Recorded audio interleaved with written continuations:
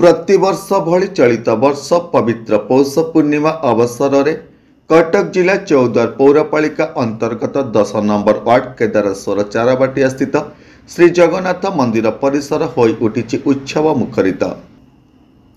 चलित वर्ष श्री जगन्नाथ मंदिर में 63तम अष्टपहर नामयज्ञ एक भक्तिमय और भावमय परिवेश अनुष्ठित हो जाइछि।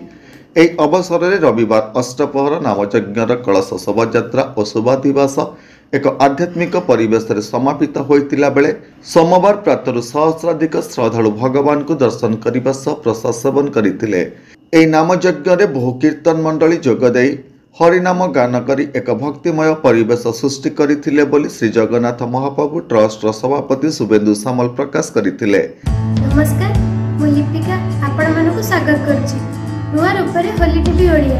होली टीवी ओडिया सहित जोड़िया पे आपण माने लाइक करंतु, सब्सक्राइब करंतु, शेयर करंतु। कार्यक्रम होछि आपरे कोन कहबे आपण देखंतु हम केदारेश्वर ये होछि क्षेत्र महाप्रभु श्री जगन्नाथ और ये होछि तांकर लीला खेला महाप्रभुकर आज होछि 63 वर्षर ये अष्टप्रहर नामयज्ञ ये पवित्र पुष्याभिषेक पूर्णिमा आज एवं ये पौष पूर्णमी रे महाप्रभुकर 3 दिन व्यापी आम चारबाटिया श्री जगन्नाथ मंदिर रे आज ये कार्यक्रम आयोजन होइछि। देखो हजार हजार श्रद्धालु भक्त आज सकाल सकाल मंदिर रे आसी ये कार्यक्रम रे शामिल होइछन्ति एवं सबुठ बड़ कथा हला जेहेतु ये होछि सरकारी मंदिर श्री जगन्नाथ महाप्रभु ट्रस्ट आईन विभाग देवत्वर आयुक्तों द्वारा परिचालित होउछि। सबू लाइन डिपार्टमेंट सबू डिपार्टमेंट प्रशासनिक अधिकारी कर्मचारी माने समस्त आज आछन्ति एवं आमर ट्रस्ट बोर्ड रो मेंबर परिचालना समिति रो मेंबर एवं ये जगन्नाथ मंदिर सहित जो माने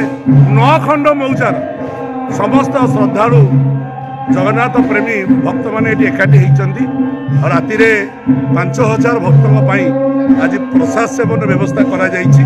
तेणु आनंद बजार रे समस्त प्रसाद सेवन करुचंदी। तेणु ये हूँ आम चारबाटिया श्री जगन्नाथ महाप्रभुंकर सर्वत्र श्री जगन्नाथ कार्यक्रम ये महाप्रभु समस्त पाखे विद्यमान। तेणु माँ बाट मंगला आरंभ करी माँ कमला माँ विमला प्रभु काशी विश्वनाथ प्रभु गणेश प्रभु हनुमान विभिन्न देवादेवी मंदिर यही मंदिर परिसर भितर आज सुंदर भाव में साजसज्जा होती। सकाळु सकाळु आगर मंगल आरती हो महाप्रभुंकर विभिन्न कार्यक्रम भी चलती देउल भितर एपटे अष्टप्रहर राधा कुंजरे भजन निताई गौर कर पूजा अर्चना चली। एही अवसर में अनुष्ठान पक्षर सहस्राधिक श्रद्धालु मानक पई प्रसाद सेवन व्यवस्था करा जायथिला। मंगलवार प्रातरु एक भक्तिमय अभावमय परिवेश नगर कीर्तन समापित होइतिला। चौद्वार बबिता बेउरांक रिपोर्ट, होली टीवी ओडिया।